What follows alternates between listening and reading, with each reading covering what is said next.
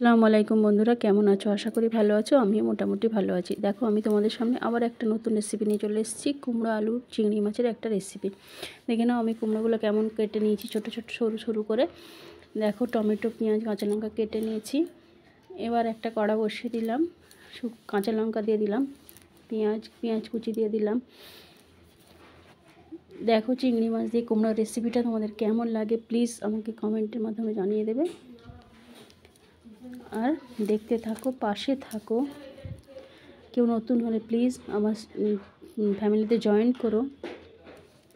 দেখো, আমি সব কিছু দিয়ে দিলাম উপকরণ, আদা রসুন দিয়ে। এবার একটু পানি দিয়ে মশলাটা ভালো করে কষাতে দিলাম। একে একে সব শুকনো মশলাগুলো, উপকরণগুলো সবই দিয়ে দিলাম। লবণ, হলুদ, গুঁড়ো লঙ্কা সব কিছু দিয়ে মশলাটা রেডি করে নিচ্ছি। এবার দিয়ে দিলাম চিংড়ি মাছগুলো, পরিষ্কার করে রাখা ছিল।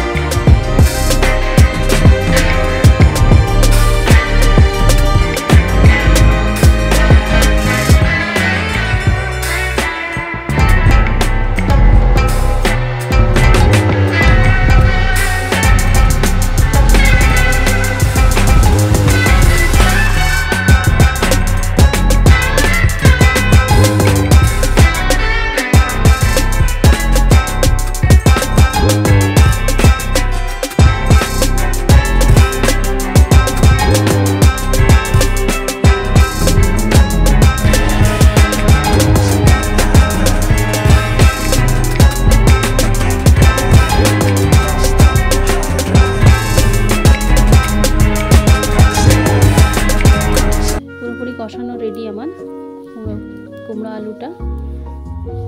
এবার দেখো, পানি দিয়ে ঢাকা দিয়ে দেব তাড়াতাড়ি সিদ্ধ হওয়ার জন্য। আমার রেসিপিগুলো কেমন লাগে প্লিজ আমার কমেন্ট সেকশনে একটু জানাবে। ঢাকা দিয়ে দিলাম, হতে থাক। আর কেউ স্প্যাম কমেন্ট করো না প্লিজ, ভিডিও রিলেটেড কমেন্ট করো। কেউ স্প্যাম কমেন্ট করবে না। স্প্যাম কমেন্ট করলে যে করবে দুজনেরই চ্যানেলের ক্ষতি হবে। দেখো, অল্প সামান্য চিনি মিশিয়ে দিলাম। চিনিটা অপশনাল, দিতেও পারো নাও দিতে পারো। যদি মিষ্টি পছন্দ করো তাহলে চিনি দেবে, না হলে না, চিনিটা নাও দিতে পারো। আমার ভালো লাগে সেজন্য আমি দিলাম। দেখো, কুমড়োটা পুরো সিদ্ধ হয়ে গেছে। যে পানিটা আছে আর একটু কমে গেলে তারপর আমি নামিয়ে দেব। দেখো, আবার চলে এলাম। এবার দেখো, পানিটা পুরো শুকিয়ে গেল। আমার কুমড়ো চিংড়ি রেসিপিটা হয়ে এসেছে। এর উপরে আমি একটু জিরে মরিচ গুঁড়ো দিয়ে দেব। জিরে মরিচ একটা শুকনো মশলা, শুকনো ভেজে গুঁড়ো করা, সেই মশলাটা দিয়ে দিলাম উপরে। তো ভিডিওটা দেখার জন্যে, আমার পাশে থাকার জন্যে অনেক অনেক ধন্যবাদ। ভিডিওটা যারা শেষ পর্যন্ত দেখেছো তাদের অনেক ধন্যবাদ, অনেক ভালোবাসা।